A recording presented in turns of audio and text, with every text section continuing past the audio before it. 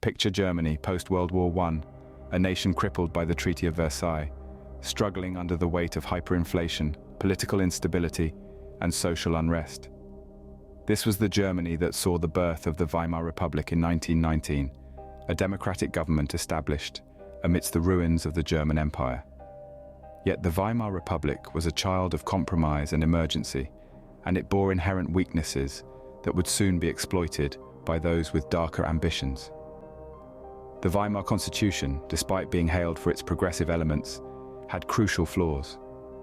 The system of proportional representation led to a multiplicity of parties and a lack of clear majorities, resulting in frequent changes in government and a sense of political instability.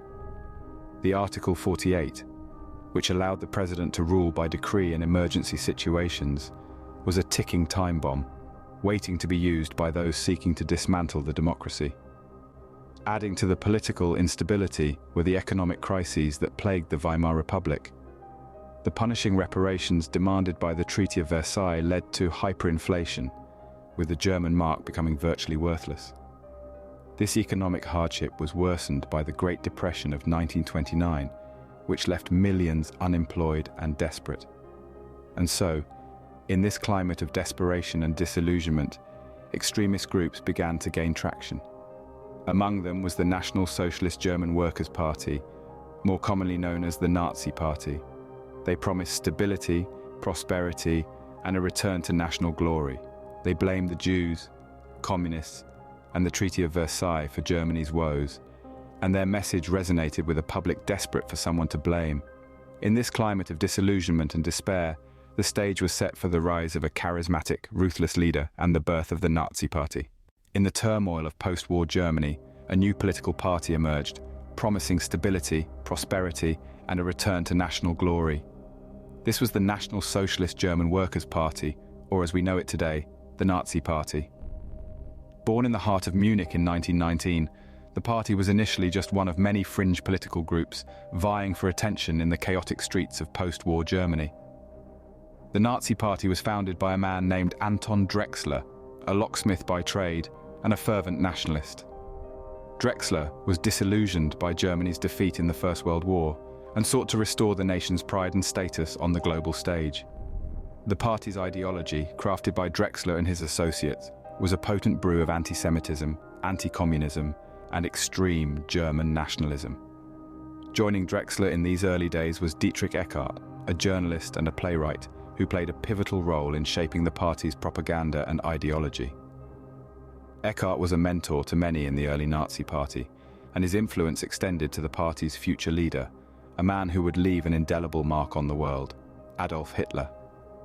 The Nazi Party started as a small, somewhat obscure political group, but its message of national revival resonated deeply with a populace devastated by war and humiliated by the Treaty of Versailles. The party's rank and file grew, and so did its ambition. The Nazis began to dream of a future where they would not just participate in German politics, but dominate it. The early days of the Nazi Party saw a series of power struggles, ideological debates, and political maneuvering. But through all this, one figure began to rise above the rest. A man who would take the party's extremist ideology and use it as a springboard to seize control of a nation. Among the early members of this extremist party was a man who would soon seize its reins, Adolf Hitler. Enter Adolf Hitler, a decorated war veteran, with a gift for oratory and a vision for a new Germany. Emerging from the ashes of World War I, Hitler's magnetic charisma and fiery speeches began to draw the attention of the disillusioned and desperate German population. His rise within the National Socialist German Workers' Party, or the Nazi Party, was swift and unyielding. Hitler's appeal lay in his ability to tap into the frustrations and fears of a nation in turmoil. He painted a picture of a powerful Germany, free from the shackles of the Treaty of Versailles. His promise of a prosperous future for the German people resonated with those who felt forgotten and overlooked in the wake of the Weimar Republic's downfall. His speeches were filled with passion and fury, captivating audiences and attracting a growing following. His message was simple and direct: restore Germany to its former glory. He blamed the country's misfortunes on various scapegoats, from communists to Jews, and claimed that only he could lead Germany out of its dire straits. This narrative was potent, and it was a message that many Germans, still smarting from the humiliation of defeat and the economic hardship of the post-war years, were ready to hear. Hitler's leadership style was autocratic, and he quickly rose to a position of dominance within the Nazi Party.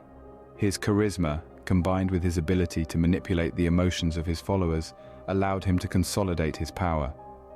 By 1921, he had become the undisputed leader of the Nazi Party, with the title of Führer or leader.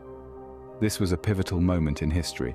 Hitler's ascension marked the beginning of a new era for Germany, one that would be marked by radical changes in politics, society, and ideology. But it also set the stage for a period of unprecedented violence and destruction. In 1921, Hitler took control of the Nazi Party, setting it on a path that would alter the course of history. Hitler's ambition was not limited to leading a political party. His eyes were set on the entire German state, and he believed that a swift, forceful takeover was the way to achieve his goal. This led to the notorious beer hall putsch in November of 1923. Hitler and his cohorts stormed a beer hall in Munich where several high-ranking Bavarian officials were speaking. Their plan was to seize these officials, rally the masses, march on Berlin, and take control of the government. However, the coup was poorly executed. Hitler's men failed to gain significant support, and the putsch was quickly quashed by the German police. In the aftermath, Hitler was arrested and sentenced to 5 years in Landsberg prison for high treason. But his time in prison was far from wasted.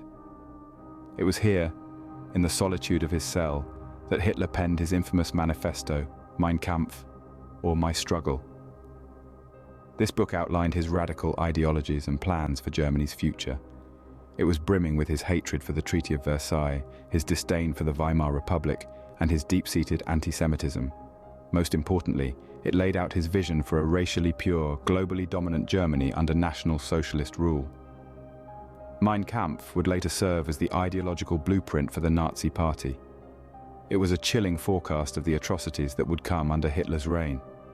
Despite its haphazard style and extremist views, the book found a wide readership, especially among those disenchanted with the current state of affairs in Germany. The failed putsch was a setback, but it gave Hitler a platform to spread his ideology, and it did nothing to quell his thirst for power. Instead, it hardened his resolve and set him on a path that would change the course of history in the most devastating way imaginable. The years following the failed putsch saw Hitler and the Nazi Party rise to power with alarming speed. Following the infamous beer hall putsch in 1923, the Nazi Party began to amass significant political power through a combination of strategic maneuvering, propaganda, and violence. The Nazis capitalized on the economic instability and discontent among the German people, promising a return to national glory and prosperity. One of the key players in this rise to power was Joseph Goebbels, who served as the party's propaganda minister. Goebbels was a master manipulator of public opinion. He cleverly used the media to both glorify the Nazi Party and demonize its enemies. Through his orchestrated rallies, speeches, and control of the press, he was able to create a cult of personality around Hitler, painting him as Germany's savior. But the Nazi Party's ascent wasn't just about winning hearts and minds, it was also about instilling fear. Enter Heinrich Himmler, the man who would become the architect of the Holocaust. As head of the Schutzstaffel, or SS, Himmler built one of the most powerful and feared organizations within the Nazi Party. The SS began as a small personal bodyguard unit for Hitler, but quickly grew into a massive paramilitary force. They were responsible for enforcing the Nazi Party's ideologies and played a major role in the political intimidation and violence that marked the Nazis' rise to power. Through this potent mix of propaganda, strategic political maneuvering, and violence, the Nazi Party began to control the levers of power in Germany. By 1932, they were the largest party in the German parliament, and Hitler was a step away from his ultimate goal. In 1933, Hitler was appointed Chancellor of Germany, marking the beginning of a dark chapter in human history.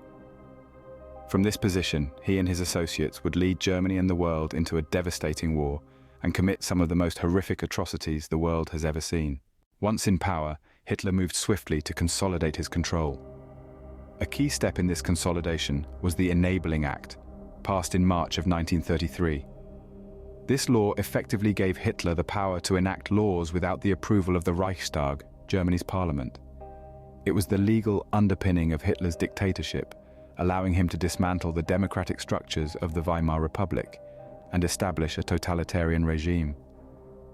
But the Enabling Act was just the beginning. In June of 1934, Hitler turned his attention to potential threats within his own party.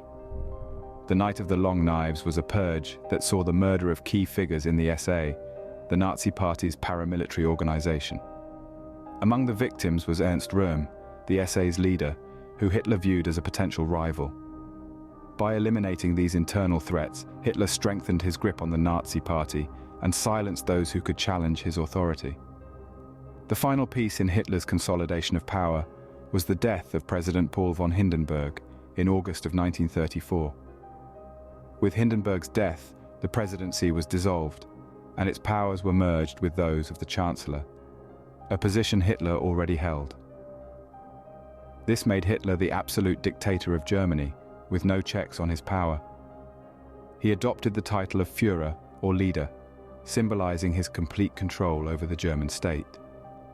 Each of these steps, the Enabling Act, the Night of the Long Knives, and the death of Hindenburg, were crucial in Hitler's rise to absolute power.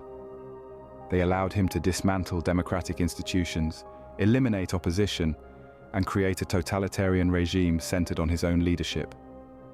By 1934, Hitler had eliminated all opposition and established himself as Germany's Führer. With absolute power, Hitler began implementing his vision for a racially pure totalitarian Germany.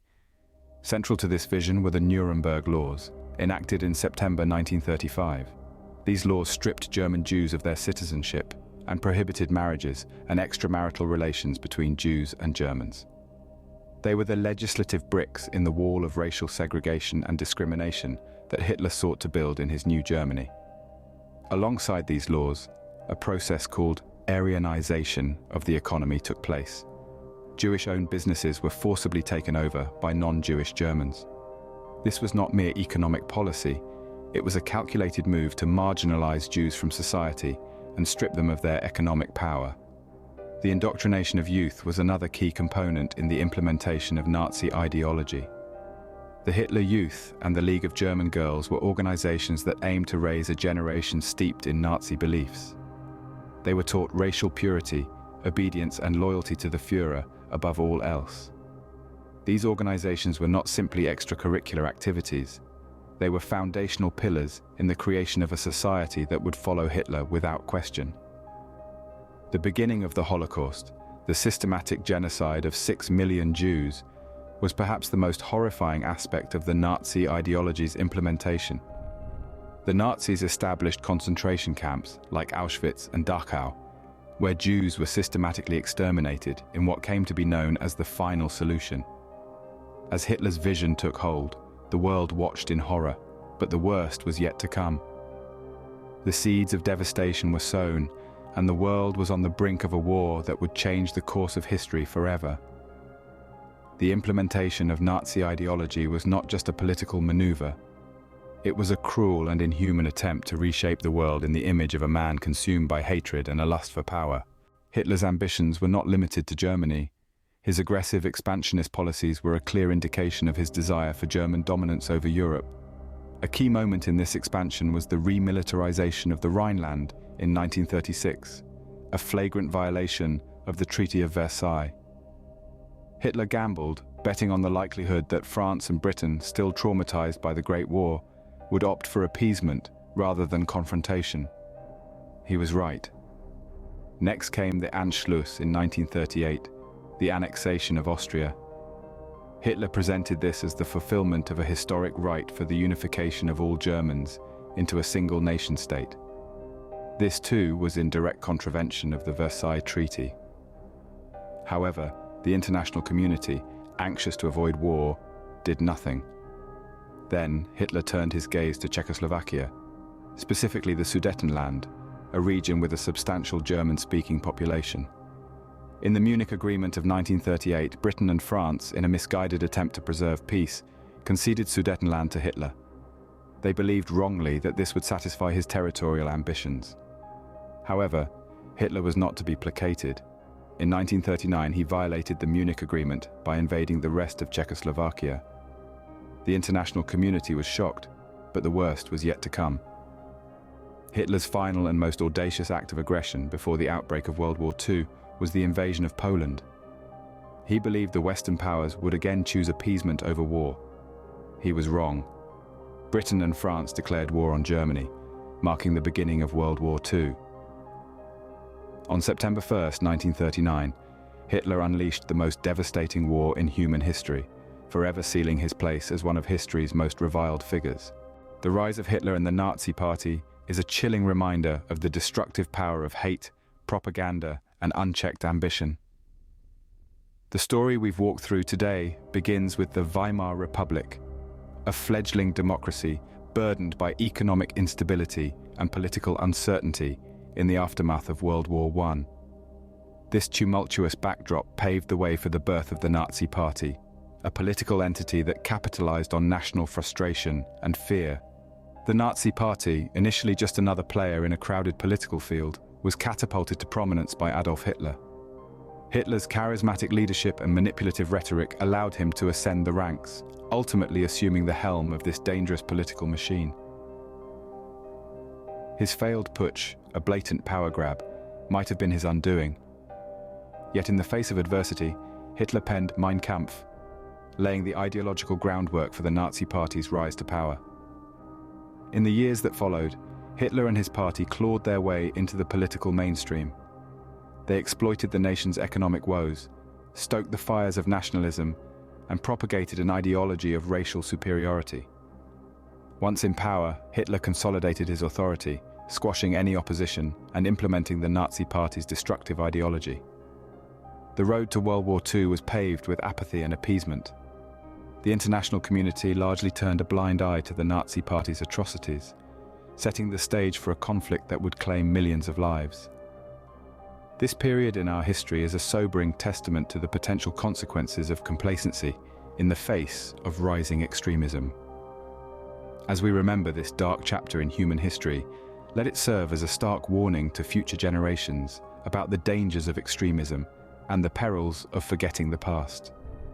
The rise of the Nazi Party and the subsequent horrors of World War II are a chilling testament to the destructive power of hate, propaganda, and unchecked ambition.